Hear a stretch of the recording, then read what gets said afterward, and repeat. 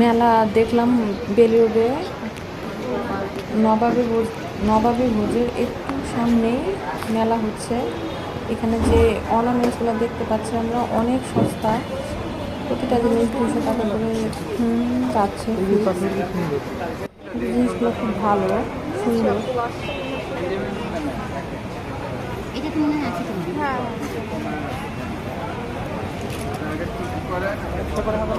Fresh থাকলে কাপড়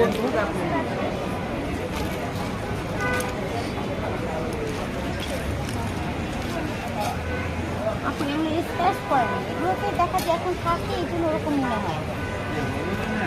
নতুন করে আমাকে ব্যাগটা খুলে ডিসপ্লে করলাম।